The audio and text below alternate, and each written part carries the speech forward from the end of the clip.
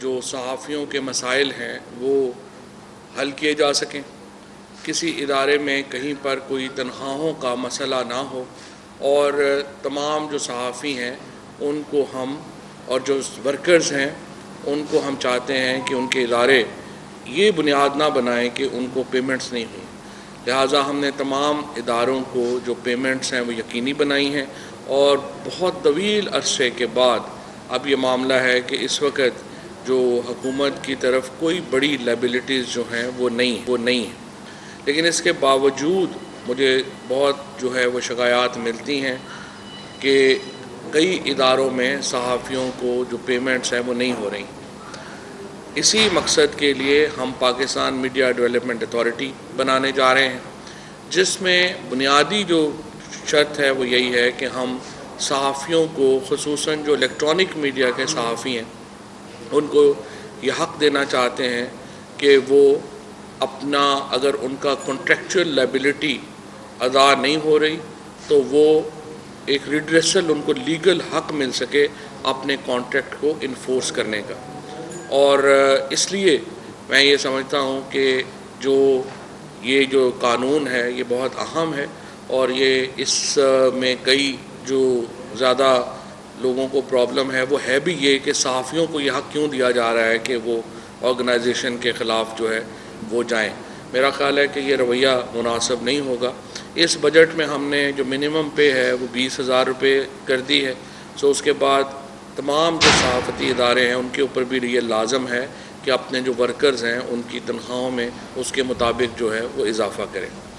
اس کے ساتھ ساتھ میں یہ کہنا چاہوں گا کہ پورے ملک میں پچھلے دنوں جو ٹرپنگ ہوئی، لوڈ شیڈنگ ہوئی، کراچی میں ماسوائے ان علاقوں کے جہاں پہ ریکوری بہت بری ہے، لوڈ شیڈنگ نہیں ہوئی، اور ہر جگہ کے اوپر بجلی جو ہے وہ ملتی رہی۔ اس کی وجہ کیا تھی کہ 500 میگا واٹ اضافی بجلی وفاقی حکومت نے کے الیکٹرک کو دی، جس کے نتیجے میں شدید گرمی میں جو کراچی کے شہری ہیں ان کو تکلیف برداشت نہیں ہوئی بجلی جانے کی، ورنہ ہر گرمیوں میں آپ کو معلوم ہے کہ کراچی میں سب سے زیادہ بجلی کا کرائسس جو ہے وہ آتا ہے، اور یہ وہ خصوصی انتظامات تھے جو وفاقی حکومت نے لیے تاکہ ہم کراچی کو ایک جو شہری ہیں ان کو یہ سہولت جو ہے وہ دی جا سکے۔ اور جو دباؤ آیا اس کے نتیجے میں کئی جگہوں کے اوپر پنجاب میں، خیبر پختونخوا میں ٹرپنگ جو ہے وہ ہوئی، اور یہ اس لیے میں آپ کو بتانا چاہتا ہوں کہ جو یہاں پہ وزیر اعلیٰ سندھ جو بدقسمتی سے اب ایک قوم پرست سیاست کر رہے ہیں، اور وہ وفاق کی سیاست سے، ذوالفقار علی بھٹو اور بے نظیر بھٹو کی سیاست سے خود کو علیحدہ کر رہے ہیں، اس کے نتیجے میں جو یہاں پہ ایک تعصب پھیلایا جاتا ہے، اس میں آپ کو بتاؤں کہ پورا پاکستان جو ہے وہ تکلیف برداشت کرتا ہے تاکہ کراچی اور سندھ کے جو شہری ہیں ان کو سہولت مل سکے۔ اسی طریقے سے چاہے پانی کا مسئلہ ہو، چاہے ترقیاتی کاموں کا مسئلہ ہو، تمام جگہوں کے اوپر ایک تو آپ دیکھیے کہ نیشنل فائنانس کمیشن کے ذریعے پیسہ آتا ہے صوبوں کو۔ سندھ کو گزشتہ 2-3 سالوں میں کوئی 1600 سے 1800 ارب روپیہ ٹرانسفر ہوا ہے۔ صرف اس سال 27% چونکہ بجٹ میں پروونشل شیئرز میں اضافہ کیا گیا ہے، اس کے نتیجے میں صوبہ سندھ کا، پنجاب کا، کے پی کا، بلوچستان کا جو حصہ ہے فیڈرل گورنمنٹ کے شیئر میں وہ بڑھے گا، اور صرف اس سال سندھ کو 700 سے 750 ارب روپیہ این ایف سی ایوارڈ کے ذریعے جو ہے وہ ملے گا۔ لیکن مسئلہ کیا ہو رہا ہے، یہ پیسے جا کدھر رہے ہیں؟ جب اتنا زیادہ پیسہ صوبائی حکومت کے پاس آتا ہے تو ہمارے ایم پی اے دوست بھی بیٹھے ہیں، ہر اجلاس میں یہ بھی بات کرتے ہیں کہ جب اتنا پیسہ آپ کے پاس آیا تو وہ پیسہ گیا کدھر؟ یہاں کی حالت تو یہ ہے کہ 1990 سے کراچی جیسا شہر جو ہے وہ اپنی پولیس نہیں بنا سکا۔ ہر سال رینجرز کو پیسے دیتے ہیں اور وفاق کو آپ منت ترلا کرتے ہیں کہ رینجرز کو آپ یہیں پہ رہنے دیں، کیونکہ اگر رینجرز نہیں ہوں گے تو کراچی میں پولیس کی یہ اہلیت بھی نہیں ہے کہ وہ ایک بنیادی امن و امان بھی قائم رکھ سکے۔ یہ آپ نے کراچی پولیس کا حال کیا ہے۔ اس وقت بلوچستان کے بھی ایریاز جو ہیں جن میں ایک فارمل ایڈمنسٹریشن موجود نہیں ہے، وہاں پہ اتنے برے حالات نہیں ہیں جتنے اس وقت کراچی میں لا اینڈ آرڈر قائم رکھنے والے اداروں کے۔ جس کسی کا دل ہوتا ہے وہ کراچی میں کو روکتا ہے، پستول دکھاتا ہے، کہتا ہے یہ چیزیں دے دیں۔ یہ پولیس کا کام ہے، یہ مائنر کرائمز ہیں، اور انفارچونیٹلی یوں لگ رہا ہے کہ سندھ گورنمنٹ نے اپنی تمام تر جو ذمہ داریاں ہیں وہ صرف گاڑیاں چلانے تک، پروٹوکول انجوائے کرنے تک رکھی ہوئی ہیں۔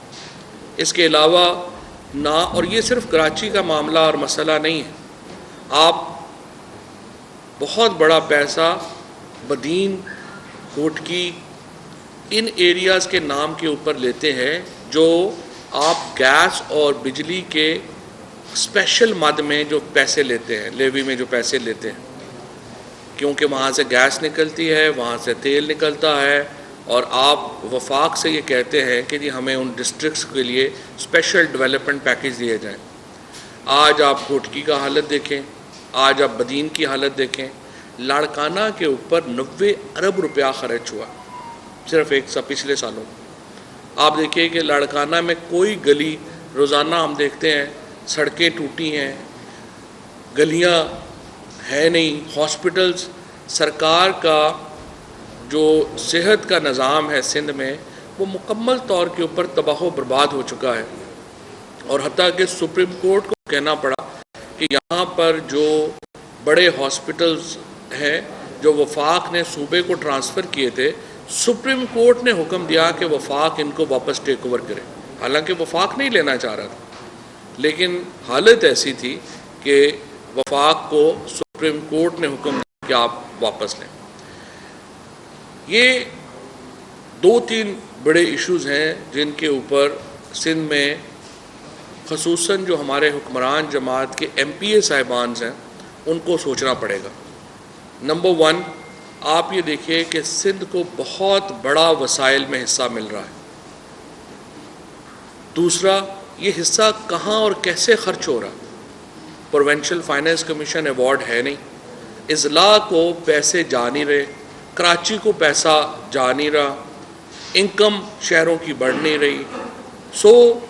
سوائے اس کے کہ ہر 5 سال کے بعد پیپلز پارٹی کا کوئی ایک آدمی، چاہے وہ قائم علی شاہ ہوں، چاہے وہ مراد علی شاہ ہوں، وہ صرف ایک سٹامپ پیپر کے طور کے اوپر، ایک ربڑ سٹیمپ کے طور کے اوپر اس کو وزیر اعلیٰ ہاؤس میں بٹھا دیا جاتا ہے، اور پیچھے سے اس کی تاریں جو ہیں وہ زرداری فیملی کے پاس اس کو رکھ دی جاتی، اور وہ اس وزیر اعلیٰ کو کٹ پتلی کے طور کے اوپر استعمال کرتے ہیں۔ چیف منسٹر سندھ کی حیثیت، صوبہ سندھ کی اسمبلی کی حیثیت، اس کو بالکل محدود کر دیا گیا۔ ان کے پاس کوئی ڈیسیژن میکنگ نہیں ہے، ساری ڈیسیژن میکنگ ان لوگوں کے پاس ہے جو کہ سندھ اسمبلی میں نہیں بلاول ہاؤس میں بیٹھتے ہیں، اور یہ ایک امپورٹنٹ پرابلم ہے، کانسٹیٹیوشنل کرائسس ہے سندھ کے اندر، جس سے کہ اس وقت ہم گزر رہے ہیں۔ یہاں میں سندھ میں کہا جاتا ہے، قرم بھی اکثر بات کرتے ہیں کہ گورنر رول لگانا چاہیے۔ میں یہ سمجھتا ہوں کہ گورنر رول کی آئین میں کوئی گنجائش نہیں ہے۔ گورنر رول جو ہے وہ ایک جمہوری کام نہیں ہوتے۔ اگر آپ نے سندھ میں آرٹیکل 140A کو امپلیمنٹ ہونا چاہیے، سپریم کورٹ کی یہ ذمہ داری ہے۔ سپریم کورٹ کے جج صاحبان جو یہاں پہ بیٹھے ہیں، ان کی اہم ترین ذمہ داری یہ ہے کہ وہ آئین کو انفورس کریں، اور اگر آج سندھ کے اندر سب سے زیادہ ضرورت ہے انفورس کرنے کی تو وہ آرٹیکل 140A انفورس کرنے کی ضرورت ہے، جس کے تحت پروونشل فائنانس کمیشن ایوارڈ ہو، جس کے تحت ایک طاقتور مقامی حکومتیں بنیں اور وہ حکومتیں اپنے مسائل حل کریں. ادروائز نہ یہاں پہ اضلاع کو نہ یہاں پہ علاقوں کو فنڈز ملیں گے اور صرف من پسند ٹھیکیداروں کو ٹھیکے دے کے آپ یہ صوبہ اور کتنی دیر چلائیں گے.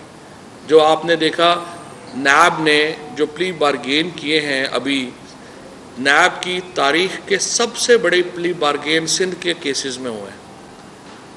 اربہ روپیہ پلی بارگین میں نیب کو سندھ کے کیسز سے ملا ہے، اور یہ ٹپ آف دا آئس برگ ہے.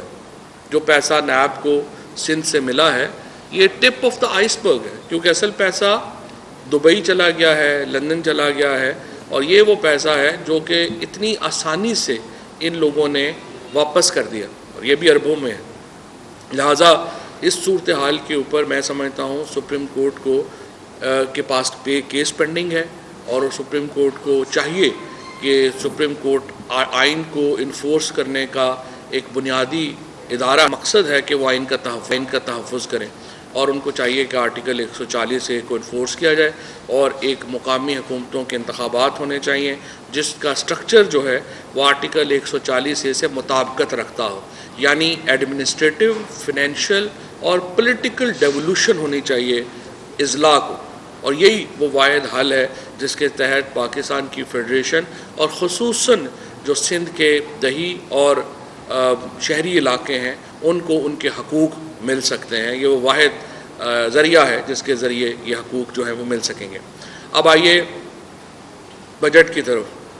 اور جس طریقے سے کل آپ نے دیکھا کہ احسن اقبال صاحب نے جو پریس کانفرنس کی، پی ایم ایل این نے جو سب سے اس وقت بڑی خوبی رکھی ہے وہ یہ رکھی ہے کہ ہر چیز کو مسترد کرنا ہے بغیر پتہ کیے کہ وہ ہے کیا. مثلا آپ نے دیکھا کہ احسن اقبال صاحب نے اور ہمارے محسن رانجھا صاحب نے اور P M L N Pakistan کے اندر جو لیڈرشپ ہے اس نے اوورسیز پاکستانیز کو حقارت کے ساتھ مسترد کیا کہ ہم اس کو ووٹ کا حق نہیں دینا چاہتے. اور اس کے بعد یہ انہوں نے کہا، احسن اقبال صاحب یہ کہتے ہیں بیرون ملک پاکستانیوں کو پاکستان کے مسائل کا ادراک نہیں. تو میں ان سے پوچھنا چاہتا ہوں کہ نواز شریف آج کل کیا ہے؟ میں ان سے پوچھنا چاہتا ہوں کہ ان کے دو دوسرے لیڈر حسن نواز شریف، حسین نواز شریف، اسحاق ڈار، وہ آج کل کیا ہے؟ وہ بھی تو اوورسیز پاکستانی ہیں. فرق یہ ہے کہ اوورسیز پاکستانیز جو باہر مزدوری کر رہے ہیں وہ اپنا پیسہ وہاں کما کے پاکستان بھیج رہے ہیں. لٹیروں کا یہ گروہ جس کو ہم نون لیگ کہتے ہیں وہ پاکستان کا پیسہ چوری کر کے باہر لے کے گئے.